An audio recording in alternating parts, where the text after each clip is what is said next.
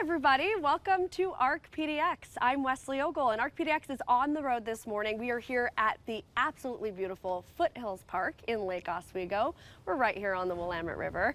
If you're not already aware, ARC stands for Authentic Relevant Community. So we are going on the road to your community every week to dig into the stories that are authentic and relevant to all of you.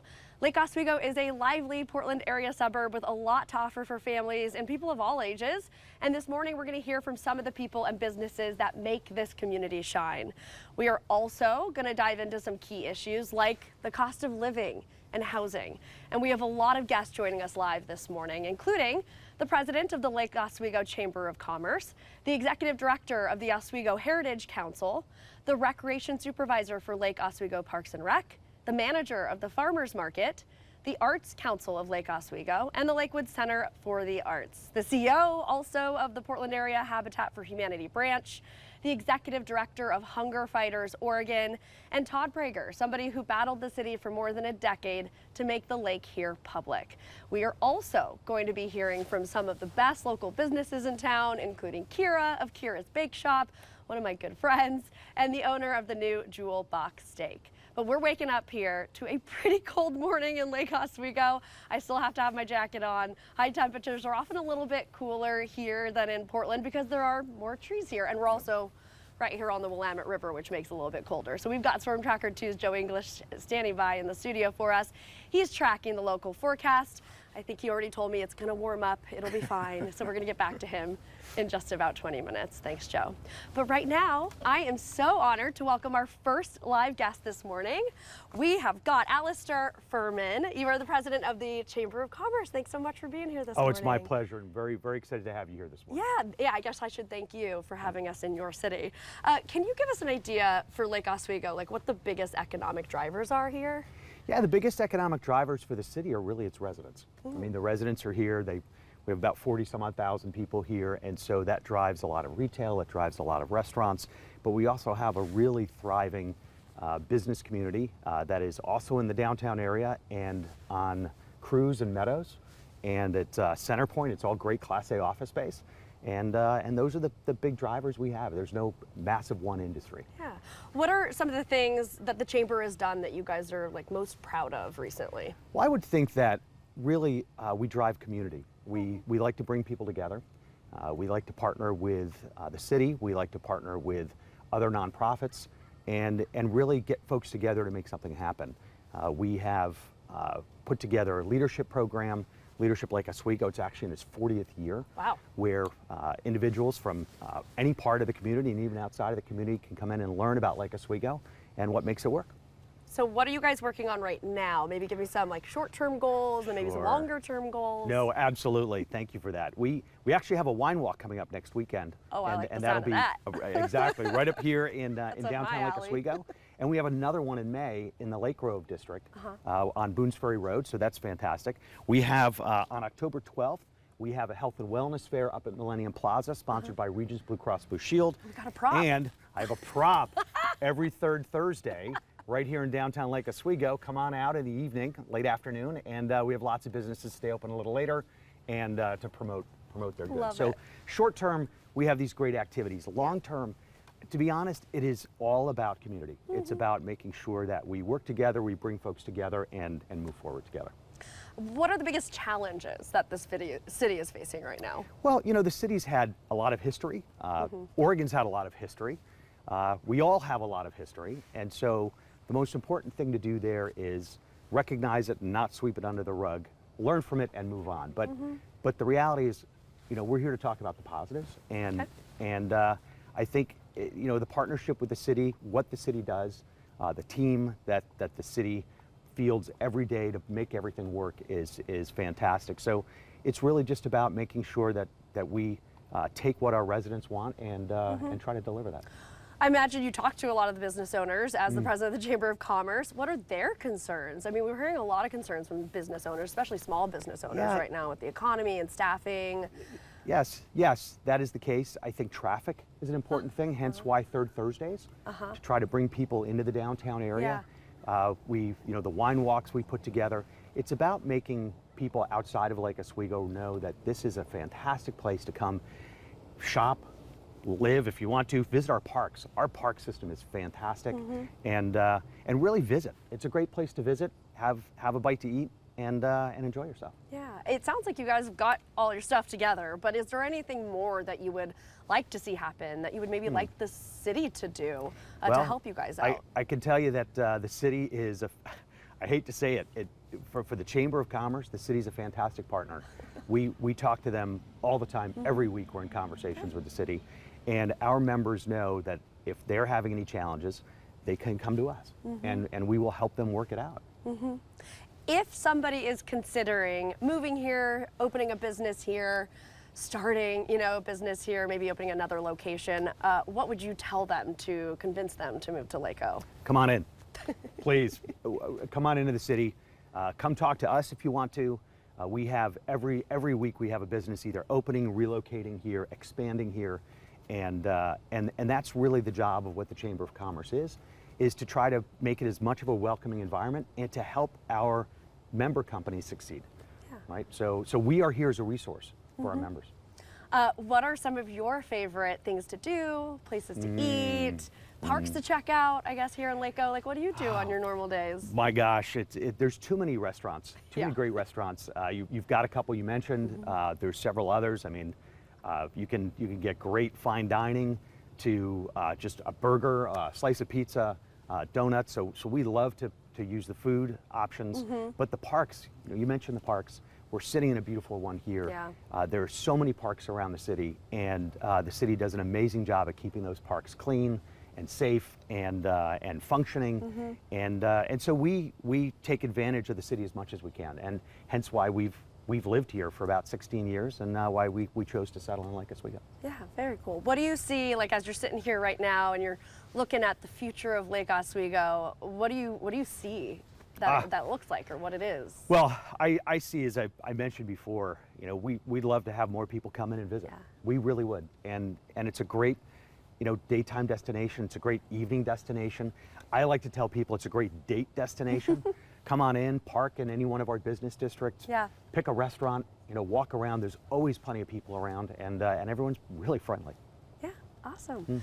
Alistair Firmin, President of the Chamber of Commerce here in Lake Oswego. Thank you so much for joining us this morning. Oh, it's my pleasure. Thank really you so much appreciate for your having me. insight about the business community and the city as a whole. Hello everybody, welcome back to ARC PDX. I'm Wesley Ogle. You can see we are not in the studio this morning because ARC PDX is on the road in Lake Oswego. We are here at beautiful Foothills Park right on the Willamette River. ARC stands for Authentic, Relevant Community. So we've been going on the road to your communities to dig into the stories that are authentic and relevant to you. We're bringing on the manager of the Lake Oswego Farmers Market and the owner of 3 popular restaurants in town. We're gonna have that throughout the show this morning, but I wanna bring in my next 2 live guests. We've got Emily Liu and Shelley Burgess. Come on in here, you guys. They're with the Parks and Recreation Department here, and then Shelley also manages the Farmers Market, which I understand Emily used to do. So you guys are a wealth of information about all the fun things going on here. Events, really important to Lake Oswego. Tell me, like, how packed your calendar is. How important are these events? Yes, we are a small team. We're housed in our Parks and Recreation Department for the city of Lake Oswego, and we host over 60 events each year. Shelley manages the Farmers Market, like you mentioned. That's our largest event that we produce, but we also host things like cultural events. So we have a cultural exchange festival this Sunday. We host an Asian American Pacific Islander Heritage Month celebration. We do a Juneteenth celebration. We do a large 4th of July parade celebration, laser light show.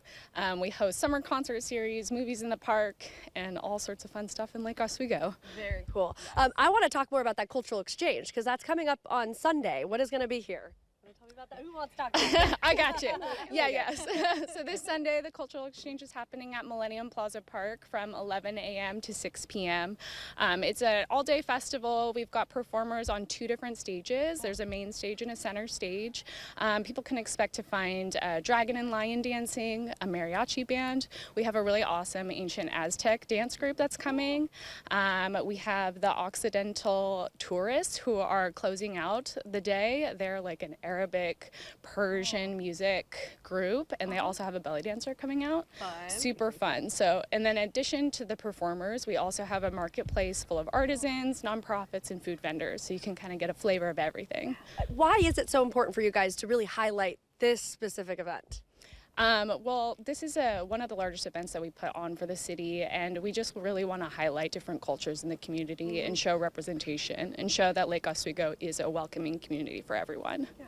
Of course, and I want to talk about the farmers market because this sounds so cool. Tell me, it's a little bit of a unique structure here for your farmers market, right? It is. Actually, we are unique in the sense that we are actually a city-run farmers market as opposed to a nonprofit-run type of market. And actually, it's really beneficial to our market because not only do we have our team, we have the full support of City Council, our Parks and Rec Department, Lake Oswego Police Department. So it's really a big team effort to make sure that it runs efficiently and well and safely and all of those things. So yeah, it's a unique structure for sure. Tell me about the makeup of like the vendors, because it's not just, farmers and food. It's a lot more than that. No, yeah. So we're heading into our 25th season coming up next year.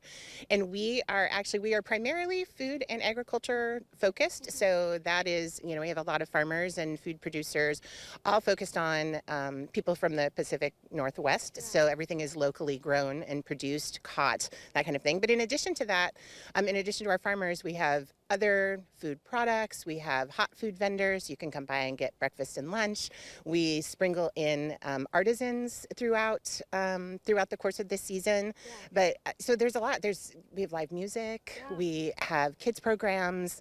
We have a fabulous young entrepreneurs program that we put on. Okay, you need to tell us all about that. What is this young entrepreneurs program? Because Emily was telling me a little bit about it earlier, and it sounds so cool and so great for this community. Yeah, it's actually, we started it. We're in our second year, and so it's open. It's a program that is open to high school age students. So anyone kind of coming into 9th grade through 12th grade who either go to Lake Oswego schools or live in the Lake Oswego community. And we host workshops for them. So we have some financial workshops, getting ready for the market. They do an orientation, a whole variety of things. We actually have a sponsorship this year from On Point Credit Union, which has been great. And then they set up and sell at the farmers market. And so we have a huge range. We have artisans, we have young artisans. We've had hot food vendors. We have drinks. Tell me about the panini boys. Emily, do you want to tell me? I love this story. It was our first year producing this program, and we had an enthusiastic group of guys from the high school and the culinary program, and they wanted to open a hot food stand, and we were like, oh, that takes insurance. You got to get your temporary restaurant license. You got to wash your hands. But they did so good, and the community showed so much support for them. It was really amazing to see how successful they were, and they actually came back this year. They were a regular vendor at the market this year. They applied as a vendor and did hot food throughout the time that they were back from college. Yeah. And what a great learning experience for these kids too. So cool. Not kids, but adults. I know you guys have some really cool success stories of people who've started out maybe as vendors at the farmers market or any of your other events that you throw in are now successful business people. Can you tell me about some of those stories? Yeah, we can start. I think we have, it really is a small business incubator in a lot of ways. So we have a lot of people who come and start at the farmers market and their business grows over time. I know we were just talking about Mad Sass Soap. Oh, yeah. That is one of the artist vendors that we have at the market. They've been there for many, many years and now have a storefront right around the corner in Lake Oswego. I think Emily knows about the Salt and Straw story a little bit more than I do. A little bit before my time, but from what I understand, they started it as a small push cart at the Lake Oswego Farmers Market. So super cool, and they have a brick and mortar actually right next to Mad Sass. Yeah, they've come back to Lake Oswego with a brick and mortar, which is really cool to see. Okay, we've had successes, of course, but what challenges or hardships are some of these small businesses, these vendors dealing with right now? I think primarily, there are a few of them. I think, cost of goods, cost of everything going up. Competition from bigger, maybe sometimes less expensive, things that you can buy in a grocery store. Certainly weather and climate is something that is a challenge, but what we know about our community and the market is that they show up for local produce, local food.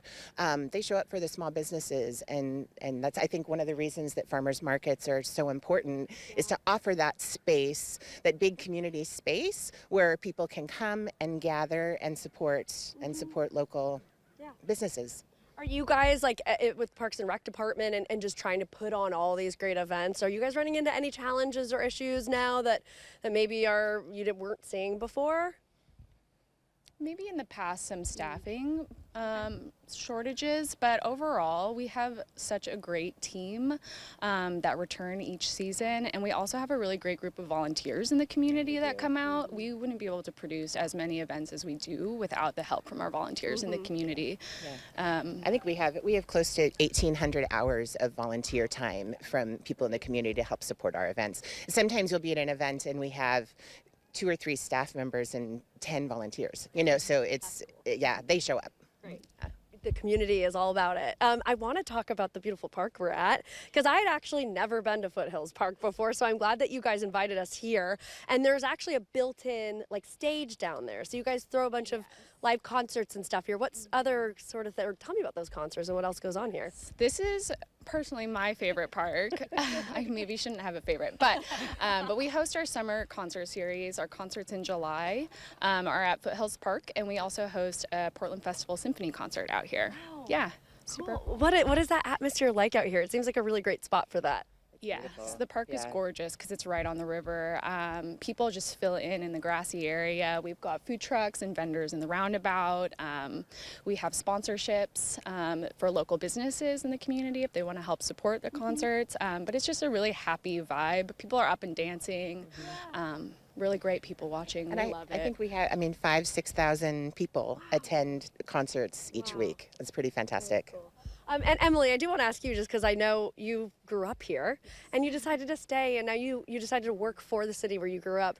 Why did you decide to do that? What do you love about Lake Oswego that made you stay? Yes, I just love working for Parks and Recreation. We have such a cool department for the city. I really love the values of Parks and Recreation, health and wellness, and just bringing the community together. That's my favorite thing about working in events, is just seeing people come out and enjoy the spaces that our Parks crew has created, because it's beautiful out here.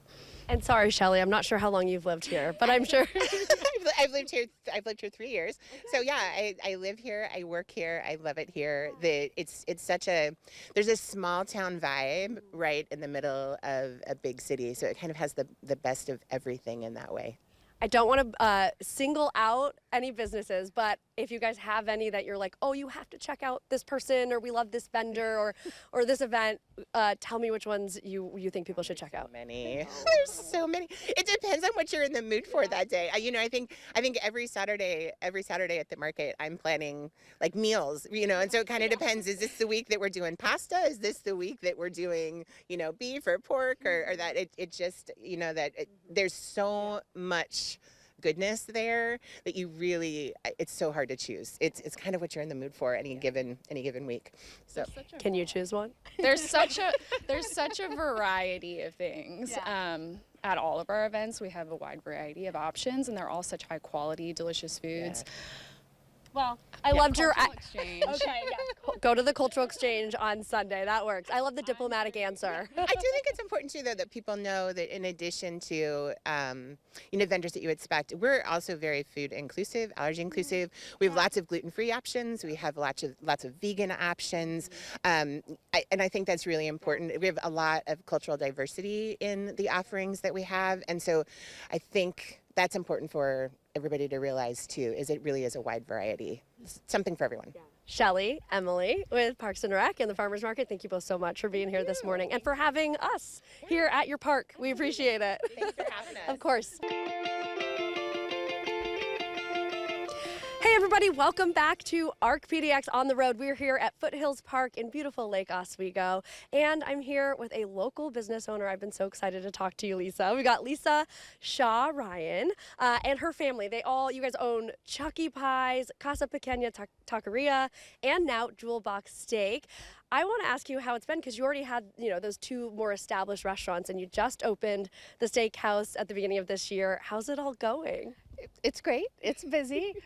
We opened January 15th with Jewel Box, and that was a long-held dream, so it was great to finally see it come to fruition. It took me a little while to build that out, but people have been so receptive and supportive and really enjoying what we're doing, and of course, that's why we do this. So it's thrilling, and it's been really exciting. Yeah, you guys are such a success story, I think. Can you tell us how you were able to really grow your business from starting with like a little coffee stand to now owning multiple businesses? I mean, step by step, right? We just keep walking forward. I have always been someone who had lots of ideas. Chuck has lots of ideas, and we just love this community. It's like, well, what's missing? What can we do next? We started with that coffee shop, and then we kept adding things there. Then there was no pizza around. I was like, let's do wood-fired pizza. I think we can do this. And we just keep finding ideas. A lot of it too was just to feed my kids and give them some options. So if I'm going to be in this business and working all the time, I got to pick foods that my guys will like. So all those foods are top on their list. So I love that. I love it. Anything about the city, specifically of Lake Oswego, or the community here, or the city leaders here that have helped you guys be so successful at this? I mean, certainly, we fell upon Lake Oswego. We didn't know we were going to end up living here when we first moved here from Colorado 30 years ago. But when we did and we opened the coffee shop, we immediately, the customers, the neighborhood, First Edition, we just felt so welcomed, and we're like, what's this? This is amazing. We immediately rented a house here and got involved in the neighborhood, which really got me in contact with the city. Yeah. And I started learning how to be an active participant and how to help get things done. And so it's a great town. Yeah. And it hasn't been an easy road, obviously. I mean, you guys made it through COVID, but I do know that your coffee shop, you guys had to close it during COVID. Tell me about that. Well, I mean, who would have known that was going to happen? But when it did, there was immediately like, okay, what are we going to do? How are we going to run 3 businesses with just us? And we were at the end of our lease there, so it was just like, I think 20 years, 7 days a week, that's good. And let's put our focus into the others and really work to try to sustain those, which we did. We kept working the whole time. My son came home from college. Chuck, Mac was on remote school. He was in there folding boxes.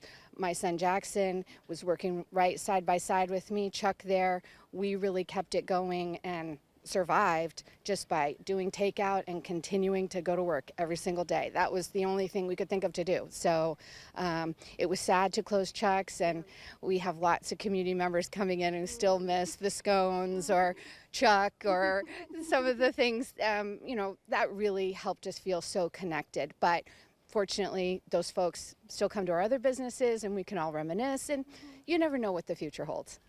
So. Well, I know running a restaurant is not easy, and we've seen a ton of restaurants, close, especially in Portland. It's tough business to keep up. What kind of challenges are you guys dealing with right now? I mean, this is a tough business. There's no question. I think the tariffs and those things on the horizon feel scary. But what can you do? This is the business that I'm in. I'm not getting out of this business, so I'm going to find a way. I think we have built trust from our guests over the years that they understand that we're going to try to provide the most value, great service, a great environment. And so if we have to elevate our prices along the way, we do. And we're going to keep delivering high quality product, and I don't want to ever compromise the quality. So if the price has to go up, I mean, there's a major cattle shortage in the United States right now, but also tariffs. We import a lot of our ingredients for the pizzeria from Italy, wine from France, Italy, Spain. So we'll see how it plays out, but I'm a tenacious person. We're a tenacious family, and we're going to keep going. I can tell that you are. And you're so involved in the community too. I'm so impressed. Like, do you have any free time? Because you were involved, you were the president of the PTA. You're also part of the neighborhood association, and you're about to start work on the Foothills Task Force. Which we don't even really know what's going to happen with that yet. Why is it so important for you to be so involved in your community like this? I mean, you got to give back, right? I'm a worker. I like to be in action. So this feels natural to me. Early on, my involvement was, this is my neighborhood community. We want to help our business. We want to help our schools. My kids were in school here. So that motivated me, and I couldn't always afford to give cash. So I thought my time, my efforts, helping organize things, that's a skill I have. I wanted to bring that to the table. We have always, Chuck knows so many people in this community and has always wanted to be supportive in whatever ways that we can. So we just do it. What's next for you guys? What does the future hold? Are you guys gonna open up a 4th restaurant?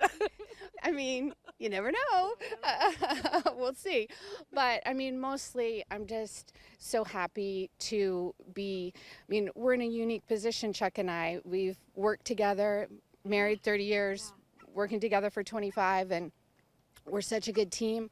And to have my boys starting to be involved in the business, we're really integrated into our family and our greater Lake Oswego family with such appreciation, and just want to keep doing that. Well, it's an honor to talk to you and to meet you, being such a big part of this community. I know people love you. One of our producers was the one who said, you have to call Lisa. You've got to get them on the show because he's from here and knows what a big deal you guys are. Yeah. Appreciate it. Thanks Of course. very much. Lisa Shaw Ryan, thank you so much.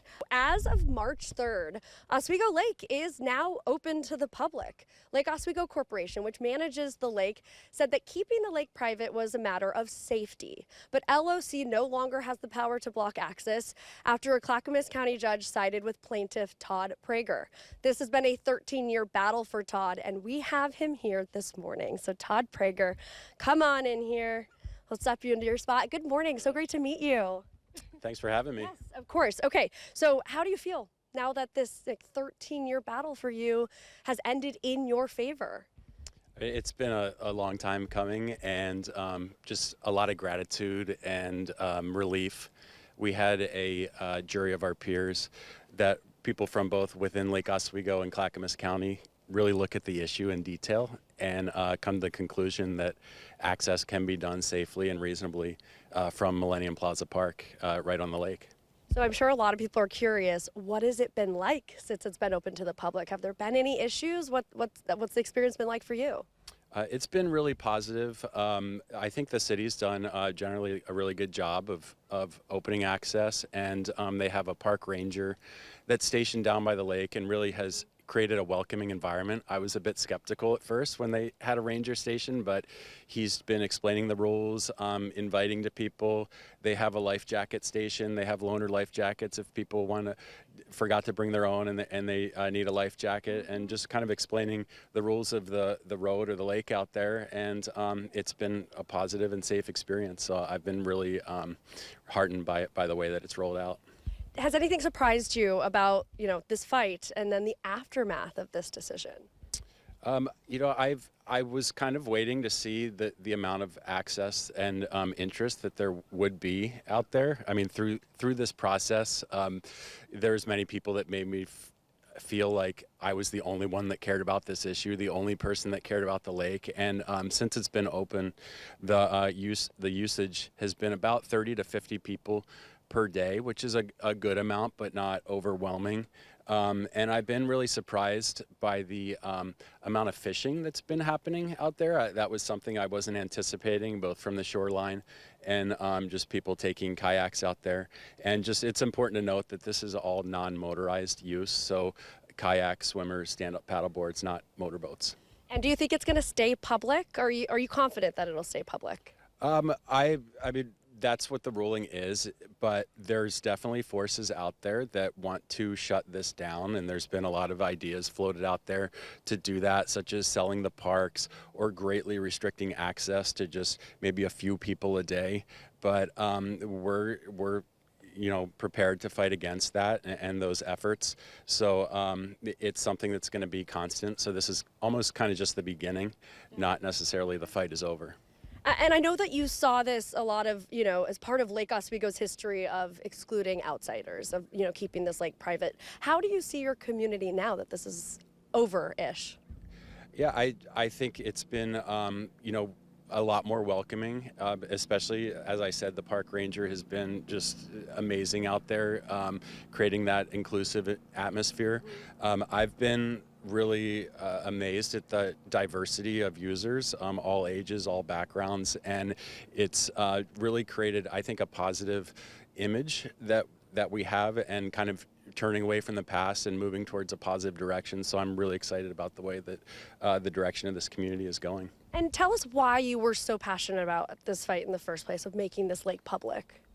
I've always been kind of a water person. I grew up in Maryland on the Chesapeake Bay. Atlantic Ocean was a big part of my life. And then coming here, came to find out that this lake was somehow private. It didn't make sense to me. So I contacted the state, and the state actually said, no, it's a public lake, and we own the original lake bed and all of the water in the lake, and the public should have a right to access. So just kind of based on that principle, that as Oregonians, we do have the right to access our lake, and it was just kind of a wrong situation that a group could try and claim that for their own. Mm-hmm. And you're not done fighting, so what are you going to do now? Well, we, as I said, there's efforts to try and shut this down and restrict access, and we think it's really important at the state level to have legislation that prevents this type of thing from happening, not only on Oswego Lake, but throughout this journey. I've been contacted by people throughout the state that have faced similar things in their communities. So we really need legislation at the state level to protect our public access points for the public, and we're looking at other models from other states, including Wisconsin, and we're going to be pursuing that in the state legislature. Todd Prager, thank you so much for being here this morning. Important voice to have here in Lake Oswego. Thank you. All right, thank you. Okay, I'm going to switch you out. We're going to bring in Kathryn Sinor here with Oswego Heritage Council. Come on in over here, Kathryn. Great to see you this morning. Nice to see you too. Okay, so I do want to talk about what we were just talking with Todd about, because you're all about history. The Heritage Council preserves and promotes the history and culture of Lake Oswego. So let's talk about Lake Oswego's exclusionary and honestly racist past. There were, deeds. It's well documented, deed restrictions and policies. So can you tell us a little bit about this history? Sure, yeah. I think, first of all, I want to give a shout out to, if you want to learn more about the history of the lake and the rights around the lake, we do have the expert witness on the case. Dr. Stephen Beckham is going to be giving a talk on the first Wednesday of November called Power, Politics, and Public Access, the Contested History of the Lake. So you can really learn a deep dive into all of that. In terms of the broader history of Oswego, now Lake Oswego, it is not one thing at any one time. We have, a 150-ish year history, and it has changed a lot over that time. So even kind of back to the beginning of Oswego as Oswego, people have obviously lived in this area for at least 11,000 years, but when Oswego became Oswego, it was an industry town, so you have a lot of industrial forces going on, logging, you have the iron industry, obviously, agriculture, a lot of these groups, and so there was a huge influx of immigration here, and so in 1880, for example, about a third of the population was actually Chinese residents who had come. There was a huge influx of Chinese immigration to Oregon. They worked in the iron industry and logging, kind of all around. That eventually petered out, and the history of that petering out is not just reflective of Oswego, it's reflective to the broader history of racism in the United States. And so Oswego's history of racism never exists in a bubble, and we can't view it as existing in this siloed form by itself, including the deed restrictions that came in the 1930s. So we had big industry. A lot of that industry collapsed in the 1890s, early 1900s, and so there was a pivot to turn Oswego into this exclusive residential neighborhood. And so when that happened and those deed restrictions were put into place, that's the history of the creation of suburbs, both here and across the United States, which was one of deep racism and redlining. And that obviously impacts communities, including ours today, and you can see it reflected in who lives here and how long they've lived here and all of those different things. So. And do you see work being done to kind of help that perception and make it more inclusive? I mean, even just by education programs that you guys are putting on. Yeah, definitely. I mean, it's been really nice. I've worked at several different museums in a lot of different communities, and the eagerness to learn history here has been really one of my most pleasant surprises, is that people want to hear those histories that have been suppressed or shoved to the side. They want to pull them out, and it's obviously a long road that requires a whole lot of work, and it's not a straight line of work, but I do see that all over the place in different organizations and individual people that want to pull up this history and kind of center it in how we view life today and how we can build a better future forward. Really quickly, is there something about Lake Oswego's history that we can be proud of, that people are really would be excited to learn? Oh, for sure. There's so many things. We have so many items in our collection, and I'm always surprised by the breadth and depth of our collection and how many funny, amazing, weird, quirky stories there are. And one thing that you can just see from the beginning of the community is that there are always people who want to make change. There are always people who are fighting the good fight, who are working to improve their community in a wide range. So in the 1910s, for example, there was a huge group of suffragists who lived here, actually, who invited kind of world-renowned suffragists to come and speak to this little tiny farming community to try to get women the right to vote. And you can see that kind of throughout our history. There's always people who want to make change, and that's something to be proud of. And very, very quickly, because we're out of time, but I want you to be able to tell us about an event coming up that you guys have, a haunting history, because you have fun stuff going on. Yeah. So we are going to be doing cemetery tours at the Pioneer Cemetery. A lot of the people that are buried there are our people in our collection, and so we're going to be telling some fun, interesting, dark, spooky stories, so you can learn a little history in a fun way. Kathryn Sinor, I could talk to you for 10 more minutes. So sorry we ran out of time, but thank you so much for being here with Oswego Historical Council. Thank you so much. Hey everybody, welcome back to ARC PDX. We have taken the show on the road this morning to Lake Oswego, and this time we're talking all about the arts. So we've got Eric Evans here with the Arts Council of Lake Oswego. Good morning. Good morning. Thank you for having me. Okay, so tell us what the Arts Council is and what it is that you guys do. Sure. The Arts Council is a 501c3 nonprofit. We partner with the city both to run a gallery called Art Space that's located in City Hall, and to maintain and provide the public art around the city and around the greater Lake Oswego. And you have something big happening this weekend. We do. This weekend is the Cultural Exchange Festival, during which we're doing our annual Gallery Without Walls celebration.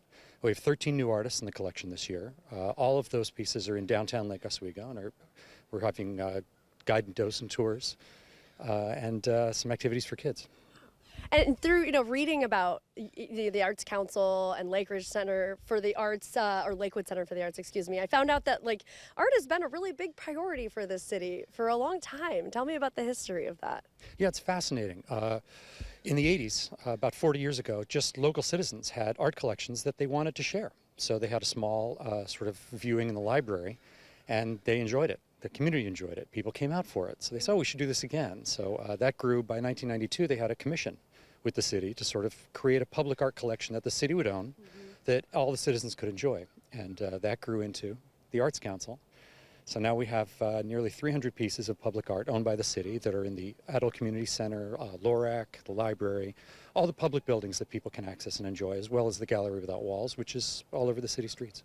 What's the Art Space? Tell us about that. Art Space is our gallery. It's a 1,500 square foot gallery. Right now we have an exhibit that was an open call. So we have 45 local artists displaying artwork from ceramics to paintings to video. And tell us a little bit more about this outdoor art collection. I mean, I see some art here at Foothills Park. I'm not sure if that's included in it, but this is art that people can just see for free all the time. All the time. Yeah, one of the most astonishing things about Lake Oswego is how beautiful the streets are, how much civic pride there is in the town. People care. There are always fresh flowers. There are always well-trimmed plants. The streets are clean and covered with art. We have 45 pieces of public art, sculptures, just within about a 12-block radius of downtown. So it becomes a part of your daily life. Beautiful. How can people help you guys? How can the community keep all this art alive?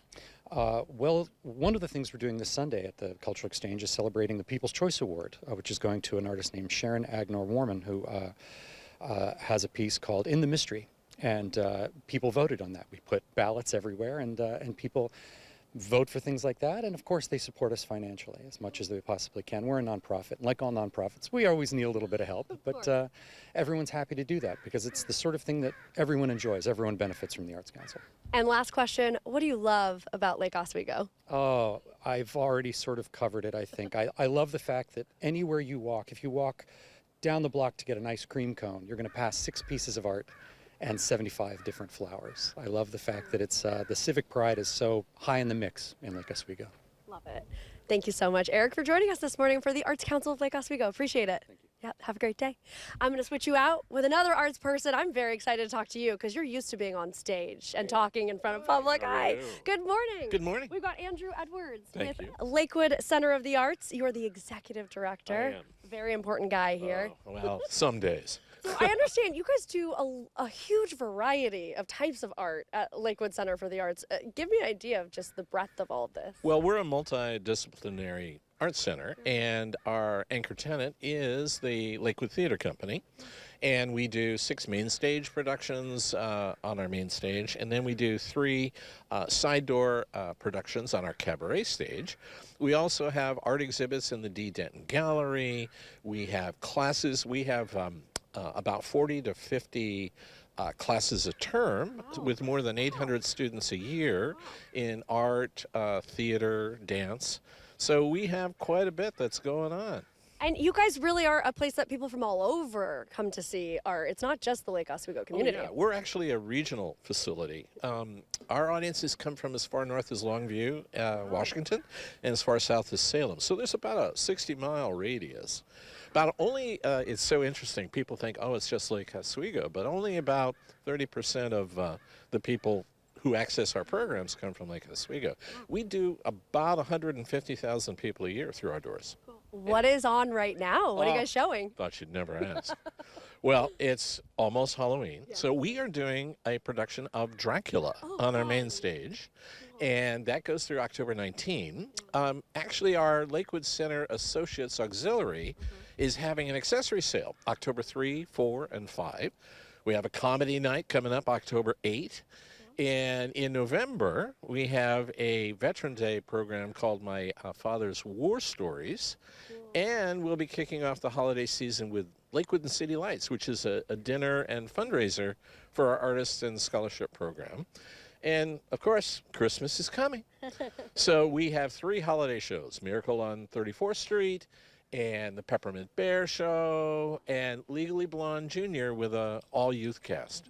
Oh, that'll be so fun. It's great. And I know you guys, it's really important for you guys to really expand access to maybe some disadvantaged communities, minority communities. Tell me about that. In 2008, our board established an outreach program because we realized not everyone can access our facility. So we now go out into the community. We have 2 dedicated staff people, Natalie Wood and Angie Stambach on our staff, and they do all different types of things in theater and visual arts. We'll be working with Harmony Academy to create a music scene where the students will create their own songs and then record them and then perform them. We'll be in Welch's doing 2 ceramic classes. We're doing a set design class and audition workshop with Cracksburger Elementary, a drawing class with Barnes. We're working with Clackamas ESD with students who have English as a second language with our programs. It's really great to be able to do that because those people then can come to Lakewood during our annual Festival of the Arts where they can display their artwork or perform. Wow. So it's great. Very cool. Andrew Edwards, amazing stuff you guys are doing. It's an honor to meet you in person this morning. Thank you for being here. Having us. Great. Thanks. And go see Dracula, right? All right, thank you both. That was great. ARC stands for Authentic, Relevant Communities. So we've been going on the road to your communities to dig into the stories that are authentic and relevant to all of you. And now we've got a couple special guests joining me this morning. I'm going to first bring in Steve Messinetti, the CEO of Habitat for Humanity of the Portland region. Steve, good morning. Thanks for joining us. Yeah, thank you. Great to be here. Okay, so I want to start with a really big project you guys are working on right now. It's called Westlake Grove. This is a 23-home habitat community, and it's being built right now. What can you tell us about this project? Right, so this is the first Habitat for Humanity project right here in Lake Oswego. 23 homes, as you said. They're actually all 3 and 4 bedroom homes, which is great family-sized homes. And these will all be affordable to families with low incomes to buy, thanks to the support from the city of Lake Oswego, from Clackamas County, from the state, and of course donations from individuals and local businesses. In fact, our local Mayor Buck actually told us about the property and has been our biggest champion. Very cool. And I know it's really important for you guys right now to build these family-sized homes, right? That's right. So families with children, intergenerational families, especially single parents, are struggling the most due to our housing shortage. So building homes that are large enough for families, what often happens is that they're either living in overcrowded conditions, or many families are paying more than half their income on rent, which doesn't leave enough for other basic life necessities. Yeah. And it's interesting because I think a lot of people think of Lake Oswego as an affluent community, and they wouldn't think that there was a need here. But tell me about the need for affordable housing here. Sure, yeah. So the state actually recently published a report, the State of the State's Housing, that showed that house prices in all of Oregon have gone up 7 times more than people's incomes in the last 10 years. And of course, Lake Oswego, like you said, is one of the most expensive parts of the city. So what that means is that now moderate income households, folks that are helping run our city, working in our schools like teachers or healthcare or in our retail or local restaurants, can't afford to live here. And all the research, though, shows that mixed income communities are what's best for everyone. So we're thrilled to be welcomed into Lake Oswego. We hope these are just our first homes we build here. Yeah, very cool project. What sort of challenges are you guys maybe facing right now? I mean, we hear about some challenges with like construction materials at times and tariffs and stuff. Are you guys seeing any of those issues or expecting those to be issues? Yeah, you know, our biggest challenge in recent years has been the rising cost of land and building materials, but land especially. And that matched with high mortgage rates make it even harder for families to buy a home. So fortunately, we've actually had some great partnerships with churches who've donated land to Habitat, sometimes local governments that have donated land, and we really rely on that to make this work. And I understand that, you know, for Habitat for Humanity, I think as a whole, but also for you, like you believe in home ownership. Like, why is owning a home such a thing that you want for families rather than just, you know, renting your whole life? Sure, yeah. Well, with home ownership, the most important thing, especially for low-income families, is the stability it provides. So all the research shows that kids who grow up in homes that their families own do better in school and better in life because of that stability. Often when their families are renting, they're having to move every few years, which really disrupts kids' school. So, yeah. How can people help you guys out with your mission? Maybe if they want to see more of these builds here in Lake Oswego, what can they do? Yeah, sure. So Habitat right now has more homes going up than ever. Wow. We've got 100 homes going up across the region. We've got the homes here in Lake Oswego, Hillsborough, Gresham, and we actually also just opened up our first Tigered Habitat Restore.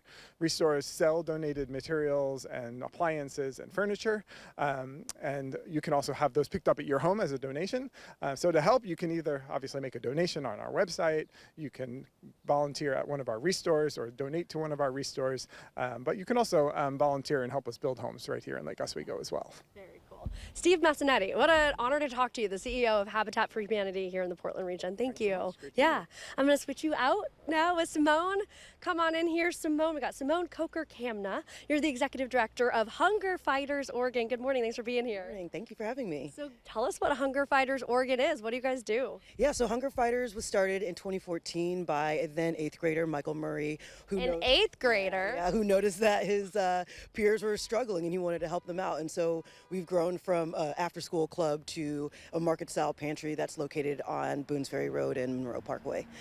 We're open 3 days a week, and our guests can shop twice a month for their essentials, cleaning supplies, hygiene items, and the food that they need to lead everyday normal lives. You know, similar question to what I just asked Steve. You know, people look at Lakeo as like, oh, they're fine, it's affluent, they've got money, but there is a need for food here. What are you guys seeing? Yeah, so similarly, as Steve said, you know, the healthcare workers, the teachers, all of those working families, low-income families are struggling to get by day to day. You know, there's been a 30% increase in grocery prices since the pandemic. We're all feeling that inflation. We're all feeling those, you know, the cost of living increase. So we're seeing more people come in each day. We had about 2,100 individuals come in in so far this year, which is about a 15% increase from the same time frame last year.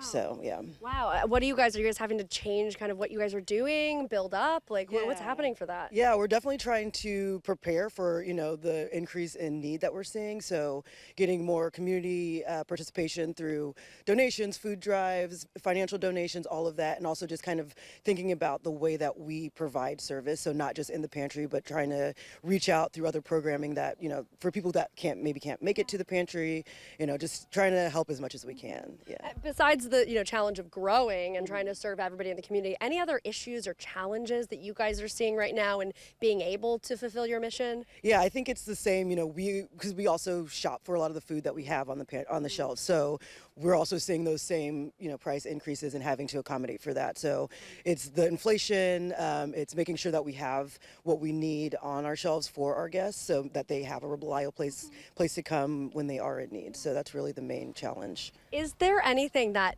city leaders, the state, the county, federally maybe, that could be done to help you guys do this? Yeah, just however this, right now we're very lucky to be supported by the city and the county. We're actually receiving a county grant at the moment. And so continued support in that way, just that financial support and backing is always going to be the best way to support us and, let the community know that we're here for them. Yeah, and I guess for the community to know to keep you guys open, what exact help do you guys need from them? Anything from donating a couple cans to making larger financial contributions.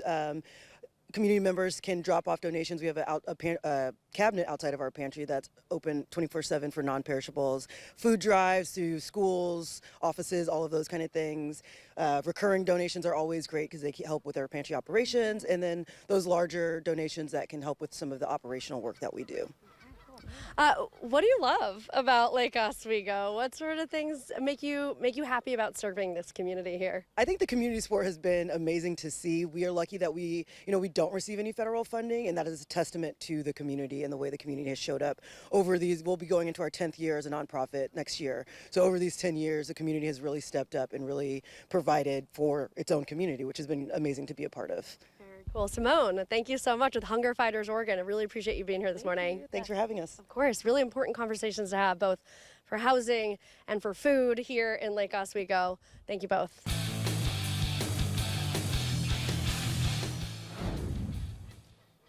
Welcome back to ARC on the Road, everybody. We're here in Lake Oswego at beautiful Foothills Park on the Willamette River, and we saved the sweetest for last. We've got Kyra Johnson here, one of my old friends who I met way back in 2017 through doing live shots out at her shop. So it's so great to see you again, Kyra. So great to see you, Wesley. And she's exciting, well, for many reasons, but you are the only 4-time champion of Cupcake Wars on Food Network, which is just incredible. And you did that baking all 100% gluten-free, and that's like what your business is. So I guess introduce everybody, if they don't know who you are already, to Kyra's Bake Shop. Sure. So I'm Kyra Johnson. I started Kyra's Bake Shop before gluten-free was part of the mainstream conversation, and everything we do is gluten-free. We also have vegan items, dairy-free items. Almost everything is soy-free. So we have a lot of inclusive things, but our claim to fame is really that our products are as good, if not better, than regular products. Honestly, I can say that. I was absolutely shocked when I first went to your store and tried your stuff, and I was like, I would never know that this was gluten-free.